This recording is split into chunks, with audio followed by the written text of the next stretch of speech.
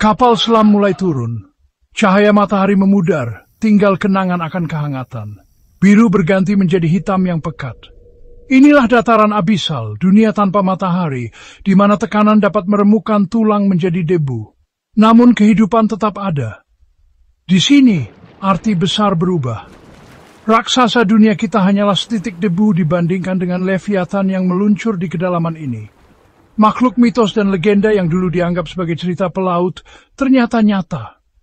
Laut dalam yang lama sehingga jirana dugun siap untuk bekal. Pertama, isopod raksasa. Makhluk ini adalah salah satu penghuni terdalam lautan kita. Bayangkan kutu kayu, tapi seukuran kucing rumahan. Mereka bisa tumbuh hingga 30 inci panjangnya. Pemulung berbaju zirah ini menjelajahi dasar laut, berpesta dengan bangkai raksasa. Mereka adalah pembersih alami lautan. Gerakannya yang lambat dan hati-hati menyembunyikan kecepatannya yang mengejutkan saat mangsa dekat. Mereka bisa bergerak cepat untuk menangkap makanan. Lalu, paus biru, hewan terbesar yang pernah menghiasi planet kita. Mereka adalah raksasa lembut lautan. Lebih panjang dari 3 bus sekolah, jantungnya saja seukuran mobil kecil. Beratnya bisa mencapai 200 ton. Ia menyanyikan lagu sedihnya melintasi jurang, melodi yang menghantui yang bergema hingga ratusan mil. Lagu ini bisa didengar oleh paus lain dari jarak yang sangat jauh. Dan bagaimana dengan cumi-cumi kolosal? Makhluk misterius ini jarang terlihat oleh manusia. Mata seukuran piring makan, lengan berjajar kait berputar, ia adalah predator yang layak menjadi mimpi buruk. Mereka bisa tumbuh hingga 46 kaki panjangnya. Terkunci dalam pertempuran abadi dengan paus sperma, pertempuran mereka meninggalkan bekas luka seukuran mobil kecil di tubuh masing-masing. Pertarungan ini adalah salah satu yang paling epik di lautan. Bagaimana mereka bertahan hidup? Anda bertanya.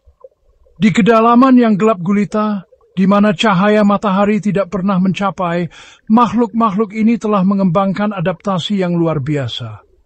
Hiu goblin dengan rahangnya yang dapat dijulurkan, adaptasi mengerikan untuk menangkap mangsa dari sudut yang mustahil.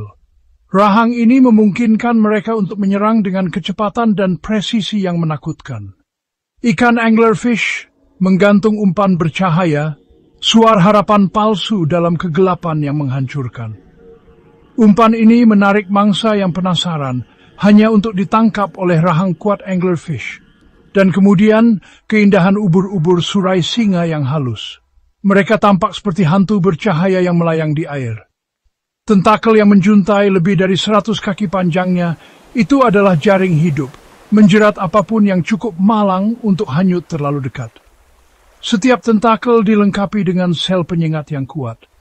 Sengatannya, meskipun biasanya tidak fatal bagi manusia, adalah pengingat yang menyakitkan akan kekuatan yang tersembunyi di kedalaman ini. Sengatan ini bisa melumpuhkan mangsa kecil dengan cepat. Makhluk-makhluk ini adalah bukti kecerdikan evolusi, bukti bahwa kehidupan menemukan jalan, bahkan di lingkungan yang paling ekstrem. Mereka menunjukkan bahwa adaptasi adalah kunci untuk bertahan hidup di dunia yang penuh tantangan ini. Kita baru mulai menggores permukaan dari apa yang ada di bawah. Lautan menyimpan banyak rahasia yang belum terungkap, dan setiap penyelaman membawa kita lebih dekat ke pemahaman yang lebih dalam. Setiap ekspedisi kembali dengan lebih banyak pertanyaan daripada jawaban. Spesies baru ditemukan, dan setiap penemuan membuka pintu ke misteri yang lebih besar. Perilaku yang diamati seringkali menentang penjelasan. Makhluk-makhluk ini menunjukkan adaptasi yang luar biasa terhadap lingkungan mereka yang ekstrem. Laut dalam tetap menjadi ranah misteri, sebuah dunia yang gelap dan dalam yang penuh dengan keajaiban yang belum terungkap. Ini adalah pengingat betapa banyak yang belum kita pelajari tentang planet kita sendiri. Keanekaragaman hayati di bawah laut sangatlah menakjubkan. Ini adalah pemikiran yang merendahkan hati, menyadari bahwa kita berbagi dunia ini dengan makhluk yang begitu asing, begitu menakjubkan, sehingga mereka tampaknya berasal dari dunia lain sama sekali. Keindahan dan keanehan mereka mengingatkan kita akan keajaiban alam. Namun mereka adalah bagian dari bumi sama seperti kita. Mereka adalah penghuni sah dari planet ini. Kelangsungan hidup mereka terkait erat dengan kelangsungan hidup kita sendiri. Kita semua terhubung dalam jaring kehidupan yang rumit ini. Adalah tanggung jawab kita untuk melindungi ekosistem yang rapuh ini. Menjaga keseimbangan yang telah ada selama jutaan tahun. Untuk memastikan bahwa makhluk-makhluk luar biasa ini terus berkembang dalam kegelapan selama ribuan tahun yang akan datang.